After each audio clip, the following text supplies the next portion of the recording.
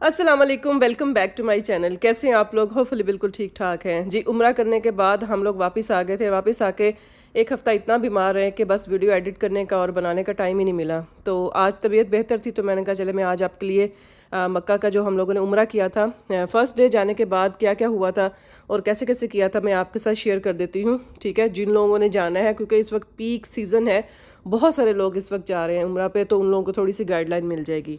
हम लोगों ने फ़्लाई नास पे ट्रैवल किया था दुबई से सऊदीया। दुबई से जद्दा हम लोगों की जो फ़्लाइट थी फ़्लाई नास थी और वहाँ पे हमने खाना बुक करवा लिया था फ़्लाइट के अंदर ही, और हम लोगों ने वहाँ पे खाना खा लिया था। उसके बाद हम लोग जब घर से निकले थे तकरीबन 7 बजे हमारी रात की फ़्लाइट थी और हम लोग घर से निकल गए थे 3 साढ़े 3 बजे।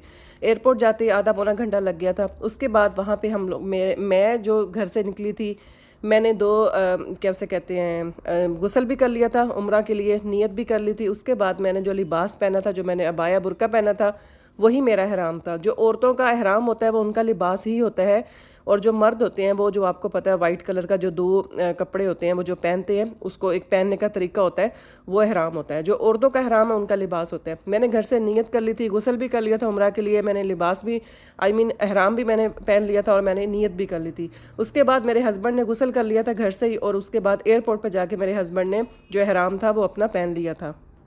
यानी कि यहाँ से जो पहले दिन उम्रा करने जाते हैं तो उस दिन का मैं आपको बता रही हूँ। ठीक है, अच्छा जी। यहाँ से फिर हम लोगों ने तलबिया पढ़ा। जब जहाज़ पे मीकात एक जगह आती है वहाँ पे तलबिया पढ़ के उसके बाद हमें जद्दा एयरपोर्ट पे उतर गए। वहाँ से हम लोगों ने टैक्सी ली। टैक्सी लेके टैक्सी वाले ने 300 रियाल लिया था, हमें हमारे होटल तक पहुँचाया था, मक्का होटल। वहाँ पे होटल गए, होटल जाके हम लोगों ने अपना सामान रखा।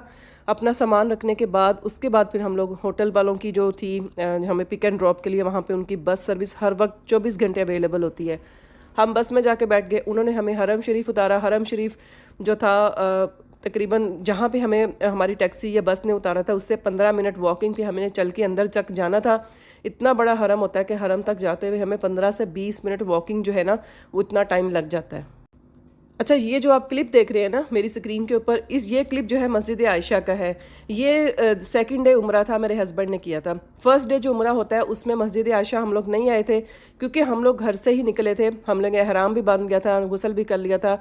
तो जब पहले दिन उम्रा होता है ना उसके लिए हमें ज़रूरत नहीं होती यहाँ पे जाने की। जब सेकंड उम्रा होता है तो उस वक्त आपको मक्का की हदूद से बाहर जाना पड़ता है, यानी कि मस्जिद आयशा जो है ना वहाँ पे जाना पड़ता है। वहाँ पे जाके आपको जो भी नियत करनी पड़ती है, 2 रकात नमाज पढ़नी पड़ती है। वहाँ से तलबिया पढ़ के फिर आपको उम्रा करने के लिए जाना होता है। आप दूसरा उम्रा कर रहे हैं, तीसरा उम्रा कर रहे हैं, तो उस वक्त ज़रूरत पेश आती है।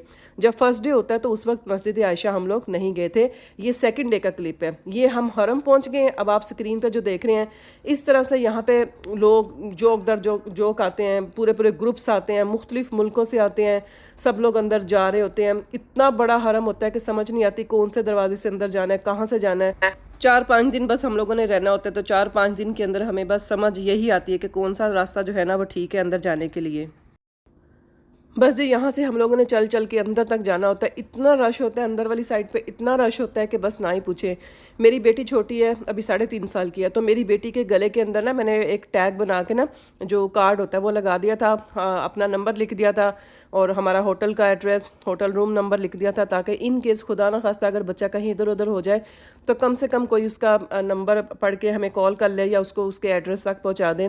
इस तरीके से थोड़ा सा आप लोगों ने केयरफुल रहना। जिनके साथ छोटे बच्चे भी जा रहे हैं तो आप लोगों ने लाजमी अपने बच्चों के गले के अंदर एक कार्ड डाल देना जिसके अंदर आपने अपना नंबर वगैरह लिख देना है।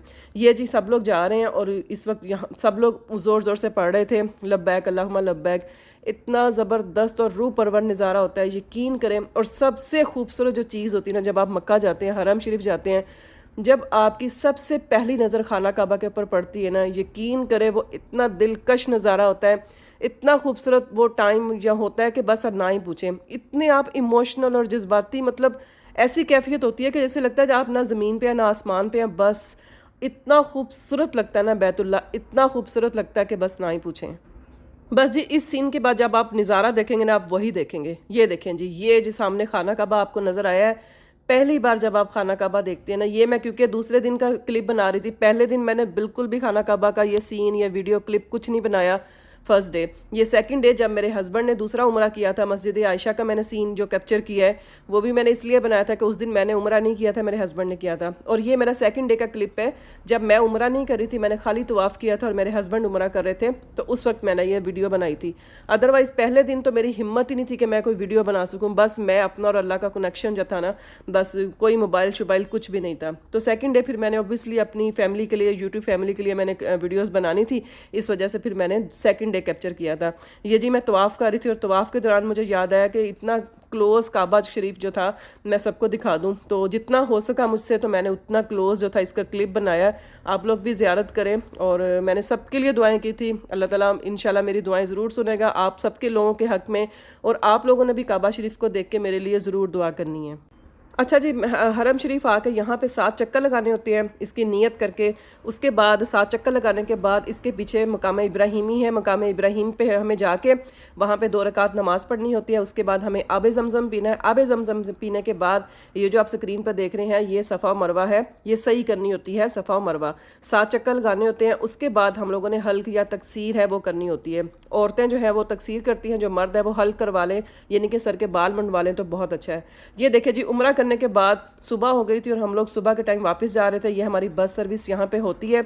हम लोग अपनी बस पे बैठ रहे थे तो मैंने सोचा सुबह का भी कैप्चर कर लूँ थोड़ा सा। तो बस जी हम लोग फिर बस में बैठे। उसके बाद फिर हम लोग वापस चले गए अपने होटल में और वहाँ पे जाके फिर तकरीबन हम लोग 4-5 घंटे सोए। सोने के बाद फिर हम लोगों ने वज़ू किया और फिर हम लोग अपना बुरका वगैरह पहना और फिर हम दोबारा हरम शरीफ आ गए। बस जी ये थी आज की वीडियो। होपफुली आपको पसंद आई होगी। नेक्स्ट वीडियो में मिलेंगे। अल्लाह हाफिज़ एंड बाय बाय।